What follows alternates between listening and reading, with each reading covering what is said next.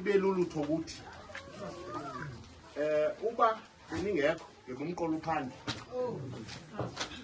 ngeba lo tata uzibuza ukuthi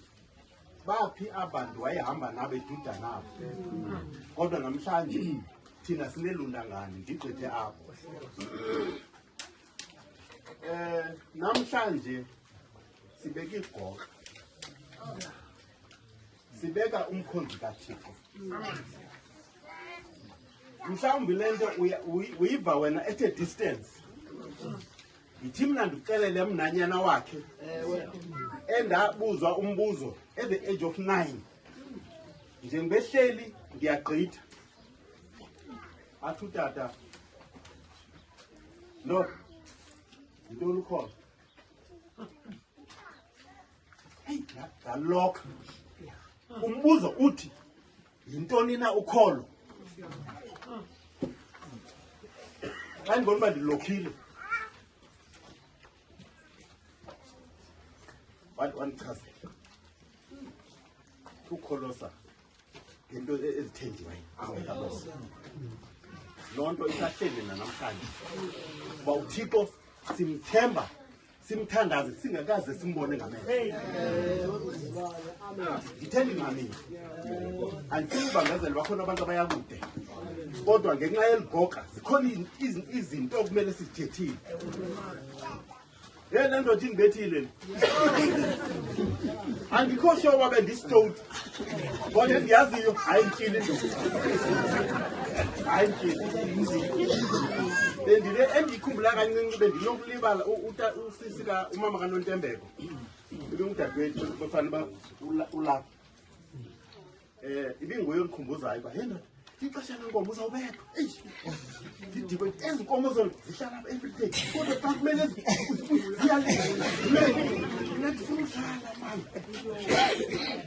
izawuthethwa namhlanje loo nto ngomso ndizilibele ndidala ndibe mpunga hayi lizawundityiswa kodwa kuloo nto nenkonzo bantakwethu asiyithandanga kuba siyithanda sayithandiswa induku ubungena uya kumama akungcolisa uya kutata akubetha okay nokasiphi singene ekugcina ngexesha lenkosi kube phaa yebo nto njalo awunawuthi ubuphiphipi ngoba lo akayazi okufanele induku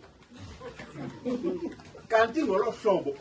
iingcambu zenkolo ziyangena kuthi le nto namhlanje sinegugu neqhaya sethi lo tata elimpondomise namhlanje lishiya amadoda nabafazi amthembileyo uThixo anindiva nthini ndithi mna xa sine-family meeting lo mfundisi wenu family meeting yonyana bakhe ngexesha gulayo umane yerhawutini abuyeze ngene right sithethe xa kusakhiwe ngofika xatyana olright ndithi bantakwethu niyayazi mosiba lo tata wena uprofetic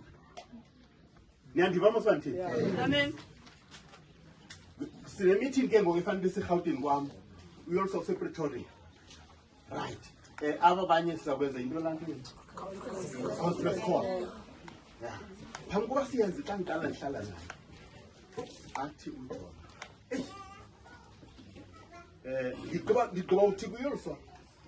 uyamazi lo tata uprofetic yebo athi lo tata ndoda ndibona ndinikwa ezilishumi kwathiwa enye iqubudile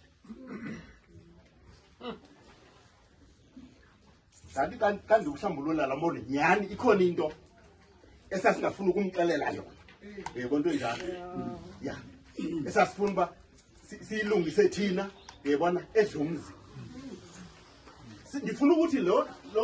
lo mfundisi wenu ebengumuntu onjalo lo mfundisi wenu ebengekho ubungekho nto uzayifihla kuye mntakwethu ibithi xa nizawuxoxa zininji ndizama ukubeka nje ezinye xa ndizawufika andixeleli mntu xa ndizawufika apha endlini ndisuke eRhawutini andifike ekuseni ndisuke eRhawutini ndiyafika fika mhlawumbi sekekhaphela inkomo nizothi xhaphazana xa nindibona siyabulela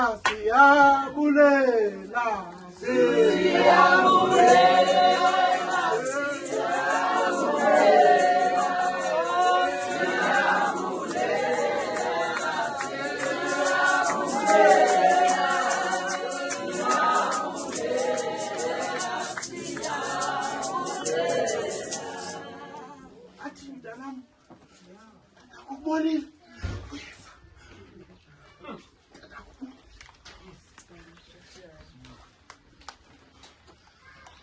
ngelinye ilanga ndinengxaki endinazo kwelaa lizwe elikude ndiyafowuna ngelam ndithi nguzipile lathi Xhego mntanam ngoku kwenzeka ntoni ngo-1 no-2 no-3 okay mandicacise le nto endiyishiya mva utata bengafundanga kwele ku-1 esikolweni 1 ngelo xesha ubuza izinto ze-department ezindixakileyo mna pha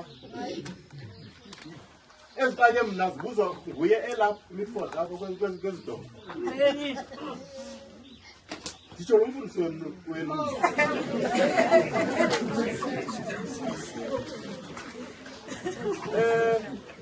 ndiyicacise ekugqibeleni uzawuthi mntanam lo Thixo uzakwenza ngenceba Thixo mntanam umthandaze umthembe ungamthandazi kuphela umthembe ngoku sifikelele kwisigaba sokuba yabona into xa uyifundisiwe sikwazi nokuhlanganisa ngoku ngenxa yomthandazo uthene ngexesha akhulayo sathi bantakwethu sithandaze yebo nto njalo ngeli xesha kuthiwa ke ngoku uhambile sajika sathi Thixo kuvume wena kuvume wena yile nto udadewethu athi uthe ngexesha ezafumana indaba waziva ekhaphukhaphu xa egula ingena kwi-ICU ndaba nomthandazo ndathi uThixo nenkosikazi ndathi ngoku umthandazo wethu mnye not now kodwa uThixo wena ubekile umda zafika indaba azifika indaba ngathi ke kulungile futhi kulungile ngalawo mafutshane ke ngokungabambezeli ixesha kwisizukulwana salotata ndicela ntonye mthembeni lo Thixo mthembeni uThixo katata omkhulu wethu utata zange ndimbone ube ngumuntu wena angathethi kakhulu bese ndimqaphela xa ecunukile alright eyona nto ebeyithanda kakhulu inkonzo ebexolele nantoni na ngenxa yenkonzo yile nto bendisithi madoda amakhulu ndawuva kabuhlungu kuba ningabikho ndawuva kabuhlungu kakhulu kuba le nkonzo ibiligugu lekhaya kuye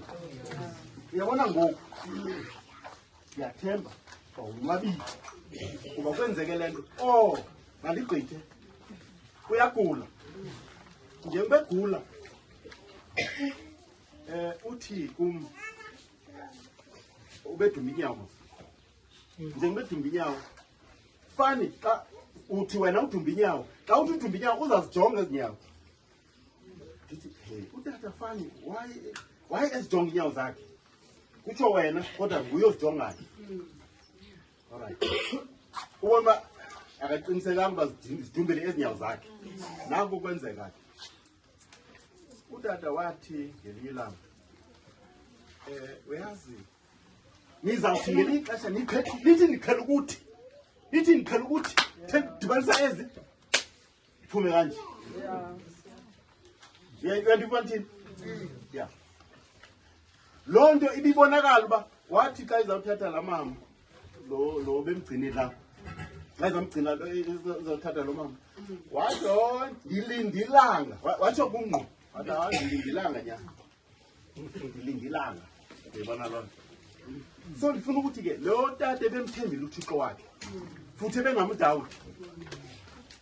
loo nto eyenze ukuthi kuba singayazi enye into thina bantwana bakhe sivele noba ubunzima obunjani esidibana nabo sikhetha ukubambana ngezandla sithandayo. Naku ke okokugqibela ndinganibamezelanga xa kuvakala ezi ndaba sesaba nomthandazo omnye and omnye kuphela. Sathi sicela kuthixo inkonzo katata yokugqibela izuke kuba ibingumntu oxolo. Sicela ke ngoku akukho nenye into ezayiphazamisa. So ngalawo mafutshane ndiyabulela bafundisi.